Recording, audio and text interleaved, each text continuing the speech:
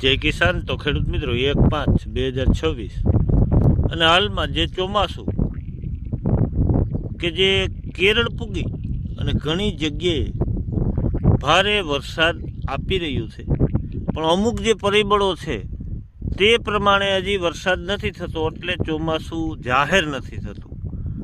અને જે ચોમાસા પહેલાં પ્રી મોન્સૂન એક્ટિવિટી હોય તે ચાલુ છે, તેના થકી ઘણી જગ્યાએ કેરળમાં વરસાદ પડી ગયો છે, પણ સત્તાવાર જાહેરાત કદાચ 1-2 દિવસમાં થાય એવી શક્યતા.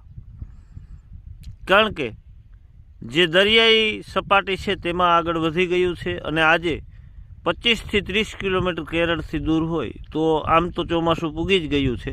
હવે 2 દિવસમાં આનંદના સમાચાર આવે એવી શક્યતા. અને પ્રી મોન્સૂન એક્ટિવિટી આજે ઉત્તર ગુજરાતમાં ખાસ કરીને મહેસાણા, સાબરકાંઠા, અરવલ્લીમાં જોવા મળે, તેમજ પૂર્વમાં જે પૂર્વ ગુજરાત છે તેમાં ગોધરા, પંચમહાલ, મહેસાણા, તેમજ જે મધ્ય પૂર્વ ગુજરાત છે ત્યાં પણ શક્યતા, તેમજ દક્ષિણ ગુજરાત, તેમજ સૌરાષ્ટ્ર અને કચ્છમાં નોર્મલ છાટછૂટ થઈ શકે, કોઈ મોટા વરસાદની શક્યતા નથી.